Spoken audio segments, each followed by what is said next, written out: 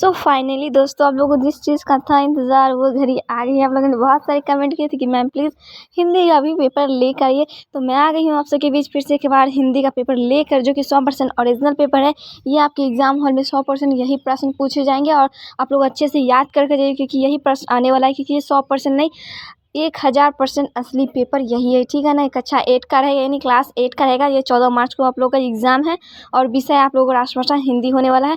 ये आप लोग अच्छे से याद करके जाइए, क्योंकि यही प्रश्न पूछे जाएंगे। आप लिख कर ले लो। और हाँ, इस चैनल पर नए हो तो प्लीज़ चैनल को सब्सक्राइब करो, लाइक करो, कमेंट करना मत भूलो यार। कमेंट नहीं कर दो, आप किस ज़िलों से देख रहे हो वीडियो, कमेंट करो।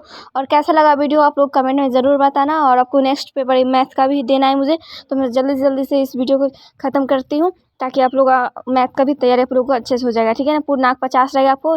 समय 2 घंटे का रहेगा।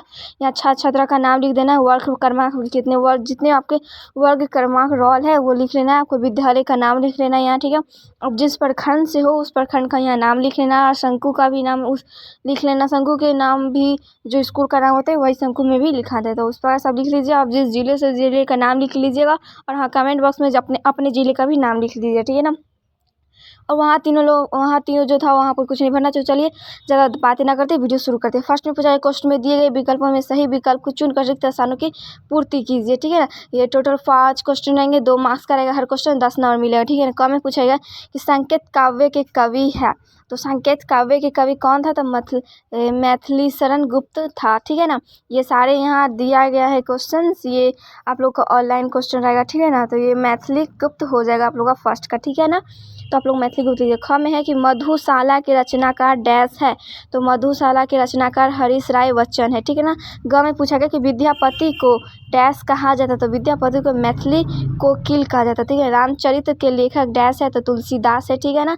रामचरित्र लेखक कौन है, तो तुलसीदास है। ग्रह में पूछा कि विचारों की स्पष्ट अभिव्यक्ति करने वाले शब्द समूह को डैश कहते हैं, तो ये शब्द हो जाएगा, ठीक है ना आप लोग का।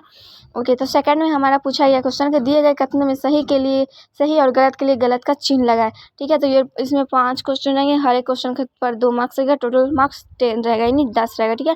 फर्स्ट में पूछा गया कि क में पूछा गया कि पेड़ पौधे हमें ऑक्सीजन देते हैं, तो बिल्कुल पेड़ पौधे हमें ऑक्सीजन देते हैं। ख में पूछे कबीरदास भक्ति काल के कवि थे, तो ये बिल्कुल सही है, तो इसमें सही के निशान लगेगा। ग में है सूरज पश्चिम से उगता है, तो नहीं, सूरज पश्चिम से नहीं उगता है। और घ में है हिंदी भारत की राजभाषा है, तो ये बिल्कुल हिंदी भारत की राजभाषा है। जल जीवन के लिए आवश्यक नहीं है, तो जल जीवन के लिए बहुत आवश्यक है, ठीक है। तीसरा में पूछा है सतम अ का सतम ब से मिलान कीजिए, टोटल 10 नंबर का रहेगा। 5 क्वेश्चन रहेगा, 2 हर एक क्वेश्चन का 2 मार्क्स, टोटल मार्क्स 10 रहेगा। सतम अ सतम ब दिया गया है।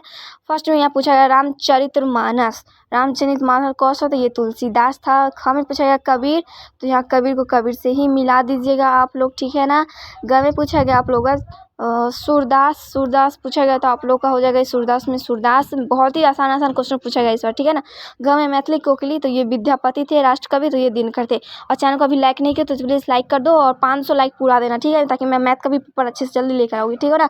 ये 100% और असली पेपर, ओरिजिनल पेपर, ठीक है ना। और आप लोग अच्छे से याद कर जाइए, और मैं नेक्स्ट वीडियो आप लोग को मैथ का बना दूँगी। और प्लीज़ चैनल पर नए हो तो प्लीज़ सब्सक्राइब कर लो, लाइक करो और दोस्तों के पास शेयर कर देना। और लाइक 500 जरूर लाइक पूरा देना, ठीक है ना। दोस्तों के पास शेयर कर दो, गर्दा उड़ा दो वीडियो को, ठीक है ना।